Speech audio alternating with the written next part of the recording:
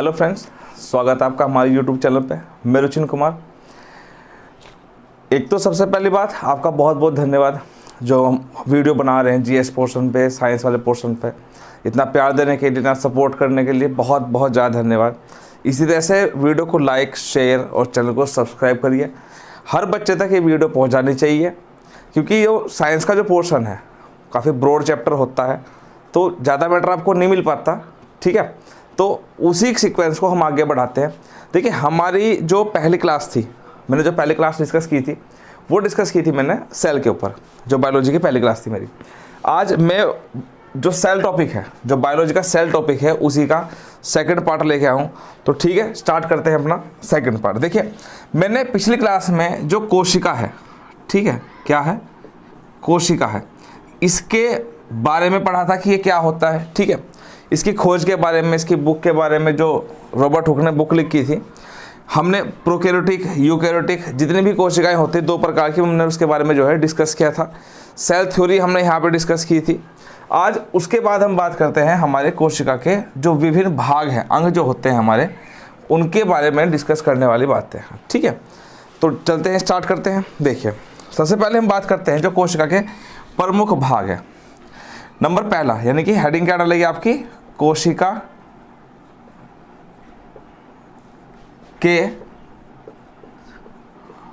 प्रमुख अंग। कोशिका के प्रमुख अंग या प्रमुख भाग जो भी है वो कितने प्रकार के होते हैं, वन बाय वन हम इनको देख लेते हैं। ठीक है, नंबर एक हम डिस्कस करते हैं। हम सबसे पहले हम बात करते हैं कोशिका भित्ति के बारे में। किसके बारे में बात करते हैं, कोशिका भित्ति के बारे में। भित्ति यानी कि आपकी सेल वॉल। देखिए, कोशिका भित्ति क्या होती है। कोशिका भित्ति जो होती है वो कोशिका की सबसे बाहरी सतह होती है, यानी कि जो कोशिका भित्ति होती है, कोशिका सेल जो भित्ति होती है, पहली बात तो इसके बारे में क्या बात कि यह केवल जो है, जो हमारी पादप कोशिका है, यानी कि जो हमारी प्लांट सेल होती हैं, उन्हीं के अंदर पाई जाती है।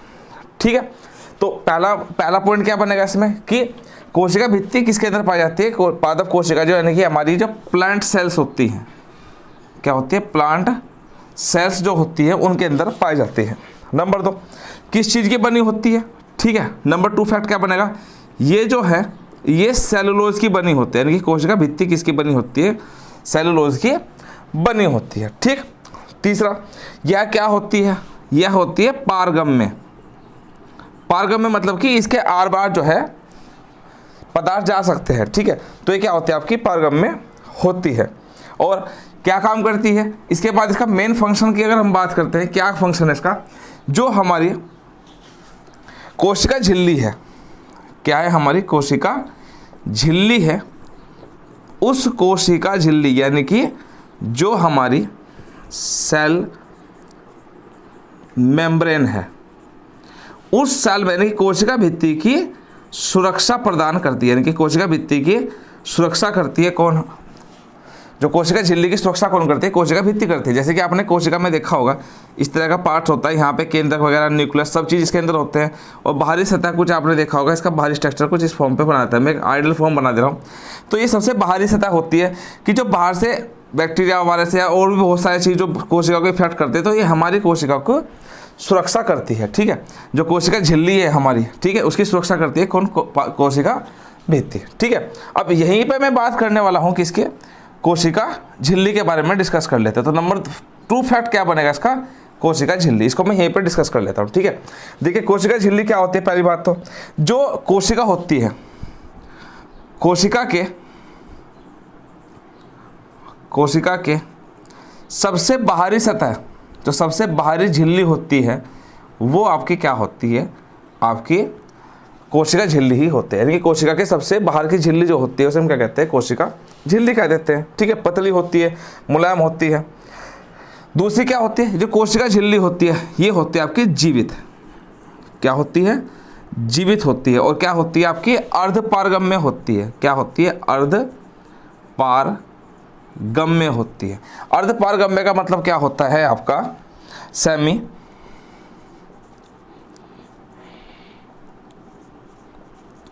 प्रेम्बल होती है, सेमी प्रेम्बल होती है, अर्ध पारगम्य, यानी कि इससे कुछ ही पदार्थ जो है वो आर पार जा सकते हैं, यानी कि सभी पदार्थ जो है इस झिल्ली को पार करके बाहर नहीं जा पाते, केवल कुछ ही पदार्थ जो है वो बाहर जा पाते हैं। ठीक है, दूसरी क्या होती है, ये जो कोशिका झिल्ली है ये किस चीज़ की बनी होती है, ये लिपिड की बनी होती है।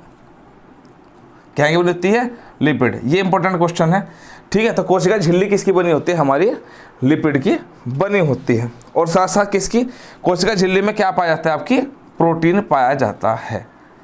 ठीक है, तो यहाँ से मैंने क्या किया, कोशिका भित्ति के बारे में डिस्कस किया और कोशिका झिल्ली के बारे में डिस्कस कर लिया। ठीक है, अब इसके बाद बात करते हैं हम इसके प्रमुख भाग पे।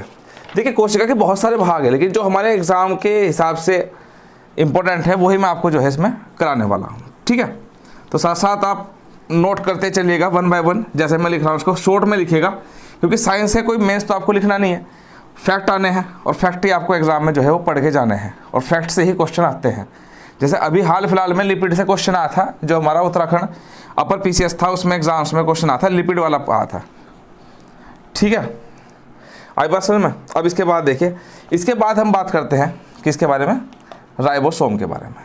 किसके बात करते हैं, राइबोसोम के बारे में डिस्कस करते हैं। ठीक है, किसके बारे में बात करते हैं, राइबोसोम के बारे में। राइबोसोम के बारे में डिस्कस करते हैं। ठीक है, देखिए क्या बात है, थोड़ा सा ध्यान से सुनेगा जो मैं बताने वाला हूँ। ठीक है, देखिए आपको पता है कि हमारी कोशिका जो है वो मेनली दो होती है आपकी। ठीक है, एक तो होती है आपकी, मैं बात करूँ यहाँ तक, मैं बात करता हूँ आपकी प्लांट सेल पे, यानी कि पादप कोशिका में, और एक जो मैं बात कर रहा हूँ ये कर रहा हूँ मैं आपका एनिमल सेल पे, क्योंकि राइबोसोम आपके प्लांट सेल और एनिमल सेल दोनों में होती है। तो प्लांट सेल में सबसे पहले किसने, जो रॉबिन्स, कौन, रॉबिन्स एंड ब्राउन। ठीक है, क्या वैज्ञानिक का नाम है, रॉबिन्स एंड ब्राउन ने सबसे पहले 1953 में प्लांट सेल में किसको देखा था, राइबोसोम को देखा था। ठीक है, तो ध्यान से सुनेगा, थोड़ा इंपॉर्टेंट चीज चल रहा है, ध्यान से सुनेगा, पहले मेरी बात सुन लीजिएगा आराम से, इसको बाद में आराम से स्क्रीनशॉट वगैरह लेके लिख लेना। तो राइबोसोम जो है वो प्लांट सेल और एनिमल सेल दोनों में पाई जाती है। रॉबिन्स और ब्राउन ने सबसे पहले प्लांट सेल में किसको देखा था, राइबोसोम को देखा था। ठीक है, जबकि एनिमल सेल में सबसे पहले किसने देखा था, जो पैलाडे है, क्या नाम है, पैलाडे। पैलाडे ने सबसे पहले जो हमारी 1955 में जस्ट आफ्टर 2 ईयर, यानी कि पैलाडे ने एनिमल सेल में किसको देखा था, राइबोसोम को देखा था। तो ये बात आप ध्यान रखेंगे, प्लांट सेल में किसने देखा था और एनिमल सेल में किसने देखा था। ठीक है, हो गया। अब इसके बाद हो गया कि राइबोसोम का नामकरण किसने किया था, यानी कि राइबोसोम को राइबोसोम किसने कहा था। तो राइबोसोम को राइबोसोम जो कहा था वो कहा था आपका रॉबर्ट ने। किसने, रॉबर्ट ने कहा था। ये बात ध्यान रखिए, ये रॉबर्ट हुक नहीं है, कभी आप सोचो कि वो रॉबर्ट हुक वाला है, वो नहीं है, ये अलग है। तो राइबोसोम का नामकरण राइबोसोम किसने किया था, रॉबर्ट ने किया था। ठीक है, तो 1, 2 और 3 आपके फैक्ट ये मेन बच गए। ठीक है, अब इसके बाद क्या था, इसके अंदर किस चीज़ की बनी होती है, देखिए जो राइबोसोम है ये हमारा राइबो न्यूक्लिक एसिड, यानी कि RNA। ठीक है ना, फुल फॉर्म भी ध्यान रखना, राइबोसोम राइबोस न्यूक्लिक एसिड। ठीक है, प्लस आपका प्रोटीन। तो RNA एंड प्रोटीन की क्या बनी होती है, आपके राइबोसोम बने होते हैं, क्योंकि आपको पता है RNA DNA का ही एक भाग होता है। तो RNA यानी कि ribose nucleic acid plus protein, यानी कि इससे क्या बनते हैं, आपके राइबोसोम बन जाते हैं। ठीक, दूसरी बात, इसका मुख्य कार्य क्या है, मेन फंक्शन क्या है। देखिए हमारे शरीर में चाहे प्लांट सेल में जिसमें भी है, तो जो प्रोटीन का संश्लेषण है, प्रोटीन का संश्लेषण जो है, यानी कि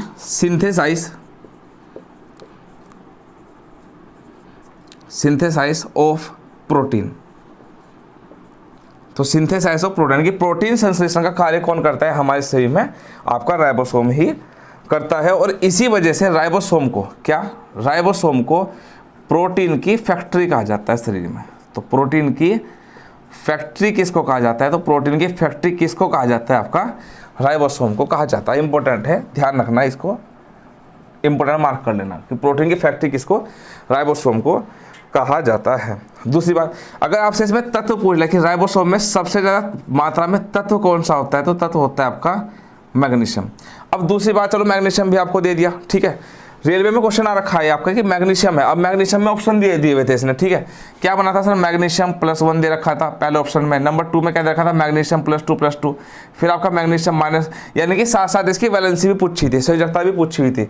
तो आपको पता है कि जो Mg है कितना, अपने 2 इलेक्ट्रॉन देता है, तो यानी कि Mg++ इसके जो है आता है इसमें, ठीक है। ये बात याद। तो राइबोसोम की बात करें तो प्लांट सेल में किसने देखा, रॉबिन्स ब्राउन ने देखा। एनिमल सेल में किसने देखा, पैलाडन ने देखा। नामकरण किसने किया, रॉबर्ट ने किया। किसका बना होता है, आरएनए प्लस प्रोटीन का बना होता है। मेन काम क्या है शरीर में, प्रोटीन का संश्लेषण करना, जो प्रोटीन अमीनो एसिड में टूटता है वही करता है, ठीक है। तो सिंथेसाइज और प्रोटीन कौन करता है, हमारा राइबोसोम ही करता है। दूसरी बात, राइबोसोम को जो है वो प्रोटीन की फैक्ट्री कहा जाता है। तो उम्मीद है यहाँ तक आप लोगों के दिमाग में आया होगा, ठीक है। अब इसके बाद हेडिंग आप लोग क्या डालेंगे, इसके बाद इंपॉर्टेंट है, ठीक है, ये भी इंपॉर्टेंट बनेगा, इसके सारे भाग इंपॉर्टेंट, ठीक है। इंपॉर्टेंट है आपके माइटोकॉन्ड्रिया, माइटोकॉन्ड्रिया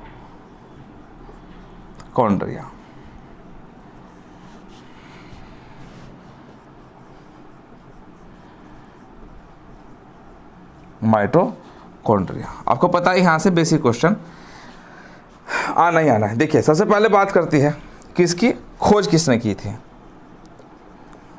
ठीक है। खोज किसने किया था, तो खोज जो किया था उसका वो क्या था, कोलिकर ने। किसने किया था, कोलिकर ने किया था। कब किया था, 1880 मैंने क्या 1880 में खोज की थी इसकी, वो की थी कोलिकर ने।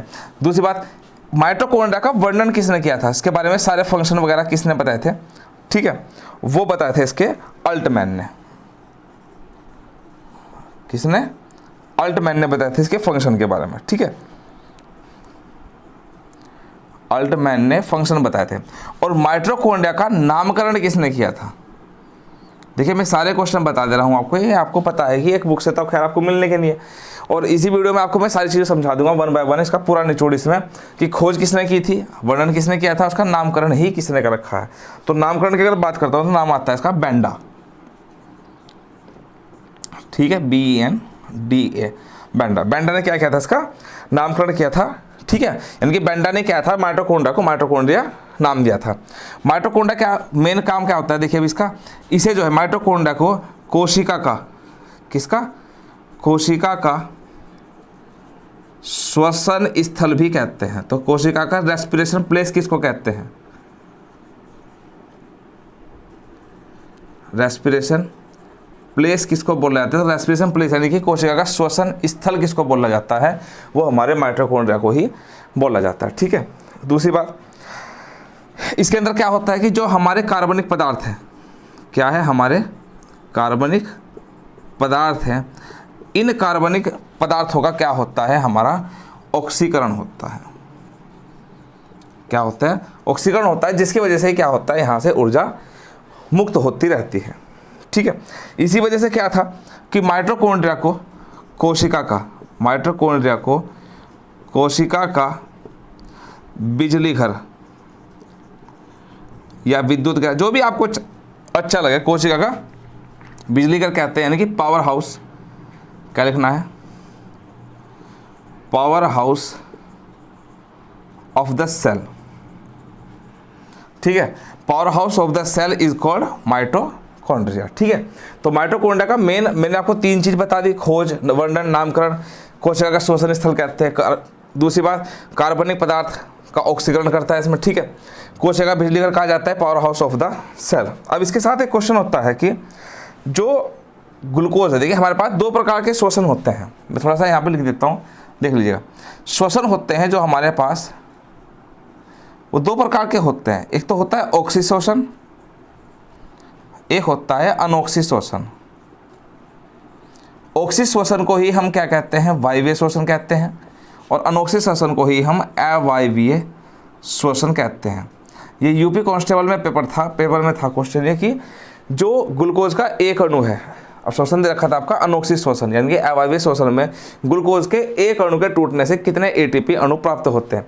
देखिए अगर एक ग्लूकोज अणु की बात पूछ ले, किसकी, एक ग्लूकोज अणु की अगर इसने आपसे बात पूछ ली कि टूटने से कितने अणु बनेंगे, तो अणु की अगर बात करते हैं यहाँ पे, तो ऑक्सीजन श्वसन में आपके 38 ATP अणु बनते हैं, ठीक है, 38 ATP मॉलिक्यूल्स बनते हैं, 38 ATP। और अनॉक्सिक श्वसन की बात करते हैं तो इसमें कितने बनते हैं आपके 2 ATP अणु बनते हैं। ये क्वेश्चन जो है एग्जाम में आया हुआ था, ठीक है, 2 ATP अणु बनते हैं इसमें। तो यहाँ से आप लोगों के समझ में तो आ रहा होगा, देखो, ठीक है ना। तो जितना मेरे से हो सकता है, जितना इसके बारे में मैं बता सकता हूँ कि जितना एग्जाम में आएगा इंपॉर्टेंट, चाहे तो देखो वो उत्तराखंड का जो फायरमैन का एग्जाम है उसमें आ जाए, जो हेड कांस्टेबल का, यानी कि जिस भी एग्जाम में साइंस आती है, तो साइंस में जो बायोलॉजी पोर्शन है, बायोलॉजी पोर्शन में आपका यहीं से बनेगा पेपर, ठीक है। ध्यान रखिए, जितना हो सकता है मैं आपको उतना डीप और उतना सही तरीके से समझाने की कोशिश कर रहा हूँ। बस आपसे एक चीज़ की गुजारिश है कि इस वीडियो को जितना ज़्यादा हो सके उतना ज़्यादा शेयर कीजिए, ताकि हर बच्चे तक जो है वो ये वीडियो पहुंच सके। अब रही बात देखिए सर, चैनल सब्सक्राइब करने की, अगर आपको लग रहा है कि हाँ मैं आपके साथ मेहनत कर रहा हूँ, ठीक है, आपको समझा रहा हूँ 1 बाय 1, तो सब्सक्राइब जरूर करिएगा, ठीक है। और उसमें उसका बेल आइकन है, ठीक है। बहुत से बच्चे कह रहे हैं कि सर हमें वीडियो के बारे में पता नहीं चल पा रहा है, वीडियो कब आएगी कब नहीं आएगी। देखिए, जैसे बेल आइकन जो होता है उसको प्रेस करेंगे तो जितनी भी नोटिफिकेशन है मेरी वीडियो की वो सारी जो है आपके पास आएगी, ठीक है। तो आगे बढ़ते हैं 1, ठीक है। तो ये हमने भाई डिस्कस कर लिया। अब इसके बात करते हैं हम किसके बारे में, लाइसोसोम के बारे में। किसके बारे में बात करते हैं, लाइसोसोम के बारे में डिस्कस करते हैं, ठीक है। लाइसोसोम के बारे में डिस्कस करते हैं, लाइसोसोम के बारे में डिस्कस करते हैं। लाइसोसोम क्या होता है, ठीक है। देखिए, इसकी खोज किसने की थी सबसे पहली बात, ठीक है, क्योंकि वैज्ञानिक का नाम देखे कभी कभी जो है वो आपसे पूछ लेगा, एग्जाम को अगर टफ बनाना है तो आपसे पूछेगा जरूर इस चीज़ में, ठीक है। खोज किसने की थी, तो इसकी खोज की थी वो थी क्रिश्चियन डी हार्वे। तो क्रिश्चियन डी हार्वे ने किसकी खोज की थी, कब की थी, 1958 में। तो 1958 में क्या था, क्रिश्चियन डी हार्वे ने इसकी खोज कर दी थी, ठीक है। देखिए इसमें क्या था, इसमें इस तरह के एंजाइम्स होते हैं, इस तरह के एंजाइम्स इसके अंदर होते हैं लाइसोसोम के अंदर, जो हमारे जीव द्रव्य है, ठीक है, जो हमारा क्या है आपका जीव द्रव्य है, यानी कि जीव द्रव्य, कोशिका द्रव्य, जीव द्रव्य, यानी कि आपका प्रोटोप्लाज्म है। प्रोटोप्लाज्म जो है जीव द्रव्य को घुला देने की क्षमता होती है, ठीक है। तो जीव द्रव्य यानी कि प्रोटोप्लाज्म को जो है वो घुला देने की क्षमता होती है। इसमें किस तरह के एंजाइम्स होते हैं, इस तरह के एंजाइम्स होते हैं। अगर आपसे क्वेश्चन पूछ लिया तो कितने प्रकार के एंजाइम्स होते हैं, तो ध्यान करना, इसमें 24 प्रकार के एंजाइम्स होते हैं। कितने प्रकार के एंजाइम्स होते हैं, 24 प्रकार के एंजाइम्स होते हैं। और जब ये इनको घुला देती है तो ये ऑटोमेटिकली फट जाती है, जिसकी वजह से लाइसोसोम को जो है वो आत्मघाती थैली कहा जाता है।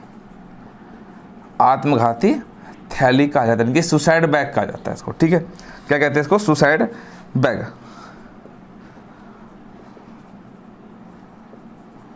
ठीक है। क्या कहते हैं इसको, सुसाइड बैग बोल देते हैं, आत्मघाती थैली कहते हैं, ये जो है वो फट जाती है, ठीक है।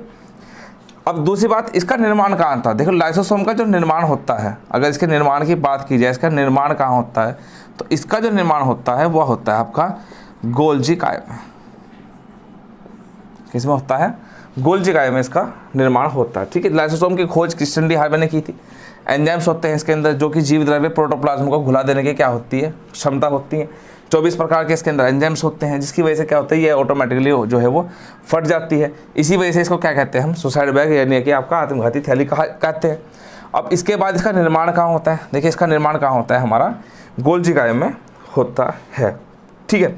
इसमें आपको एक नोट पॉइंट डालने की जरूरत है, इसमें एक नोट पॉइंट आप लिख लीजिएगा, ठीक है। जैसे मैं बोलूँगा इसलिए लिख लीजिएगा, ठीक है। जितने भी हमारे स्तनधारी होते हैं, जितने भी हमारे स्तनधारी यानी कि जो मैमिलिया होते हैं, जितने स्तनधारी जो अपने बच्चों को दूध पिलाते हैं, ठीक है, स्तनधारी जो होते हैं मैमिलियाज होते हैं, इनकी आरबीसी में, स्तनधारी की जितनी भी आरबीसी सेल्स होती है उन सेल में जो लाइसोसोम है वो नहीं पाया जाता, ठीक है। लाइसोसोम नहीं पाया जाता। आई बात समझ में। एक नोट पॉइंट और डाल लीजिएगा। इसके बाद क्या होता है, जो हमारा एटीपी होता है, ATP that means adenosine triphosphate, ठीक है।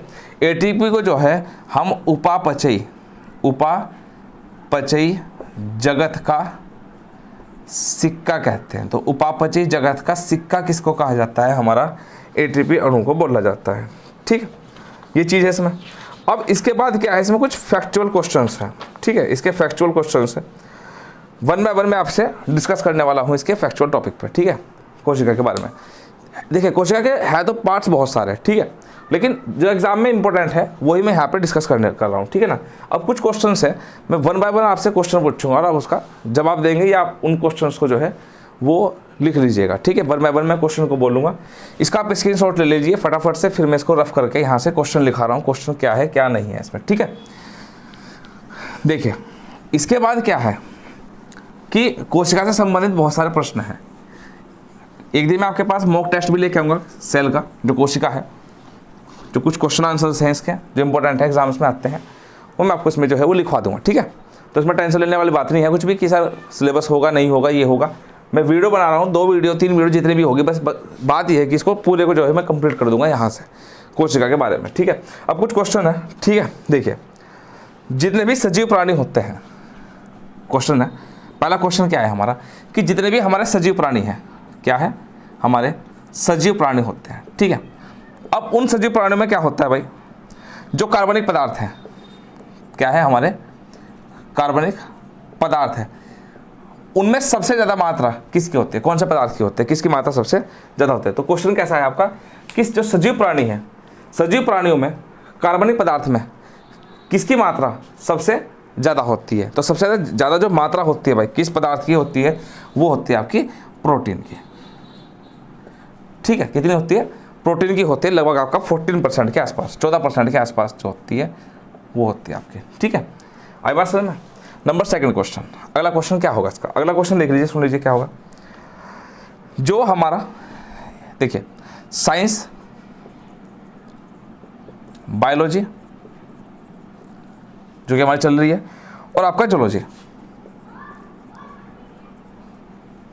जूलॉजी का पिता किसको माना गया है। ठीक है, यानी कि father of science, father of biology and father of zoology किसको कहा गया है। ठीक है, तो इंपॉर्टेंट क्वेश्चन बन जाता है। तो ये है आपके अरस्तु। ठीक है, इंपॉर्टेंट क्वेश्चन बन जाता है कि साइंस के, बायोलॉजी के और आपके जूलॉजी के पिता किसको माना गया है, आपका अरस्तु को ही माना गया है। ठीक है, दूसरी बात, जो हमारी कोशिकाएं हैं, ठीक है, 3rd क्वेश्चन है, जो हमारी कोशिकाएं हैं उन कोशिकाओं में जो ऊर्जा होती है, कोशिकाओं में जो ऊर्जा होती है वो ऊर्जा किस रूप में रहती है। ठीक है, यानी कि मनुष्य की कोशिकाओं में ऊर्जा किस रूप में संचित रहती है, तो वो आपका किस रूप में रहता है, आपका एटीपी रूप में रहते हैं, यानी कि एडेनोसिन ट्राइफॉस्फेट। मैंने आपको बताया दिया कि जो हमारा ऑक्सीश्वसन होता है उसमें 38 एटीपी अणु बनते हैं एक ग्लूकोज के टूटने से। ठीक है, और जो हमारे अनोक्सीश्वसन है उसमें कितने आपके 2 एटीपी अणु बनते ही बनते हैं। ठीक है, इनको भी आप जो है वो साथ साथ लिखते चलेगा। ठीक, चौथा क्वेश्चन क्या बनना है आपका यहाँ पर। ठीक है, किस जंतु में प्रकाश संश्लेषण क्रिया संपन्न होती है, यानी कि देख लो मैं बात कर रहा हूँ प्रकाश संश्लेषण। अब फोटोसिंथेसिस जो प्रोसेस है, अब आपको पता है कि ये हमेशा पेड़ पौधों में होते हैं, लेकिन एक ऐसा जीव भी है कि जिसमें प्रकाश संश्लेषण प्रक्रिया चलती है, तो वो कौन सा है, आपका युग्लिना है। ठीक है, क्या है, आपका युग्लिना है। ठीक है, अगर आपको युग्लिना भी ऑप्शन में सपोज नहीं मिला तो फिर क्या आपको ऑप्शन में मिलेगा, आपको मिलेगा ऑप्शन में साइनोबैक्टीरिया। साइनोबैक्टीरिया, तो साइनोबैक्टीरिया होता है भाई। ठीक है, वो भी आपका प्रथम प्रकाश संश्लेषी जीव मान। तो या तो ऑप्शन में मिलेगा आपको क्या लिखा हुआ, युग्लिना, या फिर ऑप्शन में मिलेगा आपको साइनोबैक्टीरिया। ठीक है, ये क्वेश्चन है। अगला क्वेश्चन डिस्कस करते हैं वन बाय वन। ठीक है, वन बाय वन डिस्कस करते हैं। ठीक है, देखिए अगला क्वेश्चन है कि जो कवक जो होता है, जो फंगस होता है, जो फंगई होती है, ठीक है, इसकी जो कोशिका भित्ति है, फंगई की जो कोशिका भित्ति है, कोशिका भित्ति होती है, वो किस चीज़ की बनी होती है। मोस्ट इंपोर्टेंट क्वेश्चन है। ठीक है, ध्यान रखेगा। जो कवक की कोशिका भित्ति होती है वो किसकी बनी होती है, ध्यान रखना, वो किसकी बनी होती है, काइटिन पदार्थ की होती है। किसकी बनी होती है, काइटिन नामक पदार्थ की बनी होती है। काइटिन नामक पदार्थ की बनी होती है। और काइटिन से ये क्वेश्चन और भी आप याद रखेंगे कि जो हमारी तितलियां होती हैं, जो तितली के पंख होते हैं, वे भी एक किसके बने होते हैं, हमारे काइटिन नामक पदार्थ के बने होते हैं, 1 by 1, ठीक है। इसके बाद बात करते हैं, देखिए मैंने डिस्कस किया था छठे क्वेश्चन में बात कर रहा हूँ, मैंने आपसे पूछा कि क्वेश्चन वर्गीय का पिता किसको कहा जाता है, वर्गीकी का पिता किसको कहा जाता है, ठीक है। फादर ऑफ, यानी कि क्या, father of classification, father of classification, ठीक है, या फादर ऑफ टू नेशन जो आपका थ्योरी थी यहाँ पे, ठीक है, बाई किंगडम थ्योरी जो थी आपकी। तो वर्गीय का पिता किसको कहा जाता है, हमारा कैरोलस लीनियस को कहा जाता है। तो कैरोलस लीनियस को कहा जाता है वर्गीय का पिता। अब देखिए मैं कुछ क्वेश्चन बोल रहा हूँ 1 by 1, आप जो है वो लिख लीजिएगा, इंपॉर्टेंट क्वेश्चन है वो मैं बता दे रहा हूँ आपको, उन्हें आप बहुत अच्छे से जो है वो लिख लीजिएगा, ठीक है। साथ साथ में बोल रहा हूँ, क्वेश्चन आप लिखते लिखते चलेगा 1 by 1। देखिए क्वेश्चन आपके पास है कि जो जीवन का भौतिक आधार, ठीक है, जीवन का भौतिक आधार किसको माना गया है, जीवन का भौतिक आधार किसको माना गया, तो वो किसको माना गया आपका जीव द्रव्य यानी कि प्रोटोप्लाज्म को माना गया है। जैसे हमें पता है कि जो हमारे शरीर की सबसे छोटी जो क्रियात्मक संरचनात्मक इकाई होती है वो क्या होती है, कोशिका होती है। तो जीवन का जो भौतिक आधार माना गया है वो किसको माना गया है, हमारा जीव द्रव्य को माना गया है, ठीक है। क्वेश्चन लिख लिया आपने। इसके बाद लिख लीजिएगा कि कोशिका का अध्ययन, देखिए साइटोलॉजी मैंने आपको बता दिया, खोज मैंने इसकी आपको बताई थी, जाहिर सी बात है। अब केंद्र की खोज, केंद्र का आपको पता है न्यूक्लियस इसका मेन इंपॉर्टेंट भाग होता है। तो केंद्र की जो खोज की थी वो किसने की थी, रॉबर्ट ब्राउन ने की थी, ठीक है, रॉबर्ट ब्राउन ने, रॉबर्ट हुक नहीं, रॉबर्ट ब्राउन ने की थी, ठीक है। इसके बाद कोशिका सिद्धांत में आपको बता चुका जो स्लाइडेन और स्वान है, ठीक है, उन्होंने इसकी खोज की थी। सबसे छोटी कोशिका मैंने बताया था बैक्टीरिया, जो बैक्टीरिया होती है भाई, माइकोप्लाज्म गैलिस एक्टिवा उसकी होती है। सबसे बड़ी कोशिका जो होती है शुतुरमुर्ग के अंडे की होती है। मनुष्य की सबसे बड़ी कोशिका जो होती है वो हमारी कौन सी होती है, तंत्रिका कोशिका होती है। तो ये बहुत जरूरी है आपको याद करना इसमें, ठीक है। कोशिका कितने प्रकार की होती है आपको पता है, कोशिका 2 प्रकार की होती है। एक कौन सी होती है आपकी भाई, प्रोकैरियोटिक कोशिका, एक कौन सी होती है आपकी यूकैरियोटिक कोशिका, ठीक है, ससीम और असीम केंद्र की कोशिका, ठीक है, हो गया यहाँ से। अब इसके बाद क्या है यहाँ से, ठीक है, जो कोशिका भित्ति है, कोशिका भित्ति केवल किस में पाई जाती है, जितने भी हमारे पादप जगत है यानी कि पादपों में जो होती है वो कोशिका भित्ति पाई जाती है। तो ये कुछ क्वेश्चंस थे जो मैंने बायोलॉजी के आपके सामने डिस्कस किए, हर एक टॉपिक मैंने आपको बता दिया बहुत अच्छे से। तो मुझे उम्मीद है कि ये बायोलॉजी का जो टॉपिक है आपके पास ये आपका बहुत अच्छे से हो गया होगा और आप इसके नोट्स भी प्रॉपर बनाएंगे। एग्जाम्स कैसा भी हो कैसा ना हो, मेन आपके स्टडी पर डिपेंड करता है कि आप स्टडी जो है कैसे कर रहे हो, स्मार्ट स्टडी है या जो पुराने वाली स्टडी है वो ज़रूरी है। कॉम्पिटिशन हाई है, कॉम्पिटिशन बहुत ज़्यादा हाई होता है एग्जाम में, वो आपको पता है, मुझे पता है, सबको पता होता है, ठीक है। तो इधर उधर की बातों से ध्यान हटा के अपना पढ़ाई पे ध्यान रखिए। बहुत अच्छा टाइम चल रहा है आपका, अपना तैयारी करते रहिए। तो मिलते हैं अगली क्लास में, तब तक अपना ध्यान रखिएगा।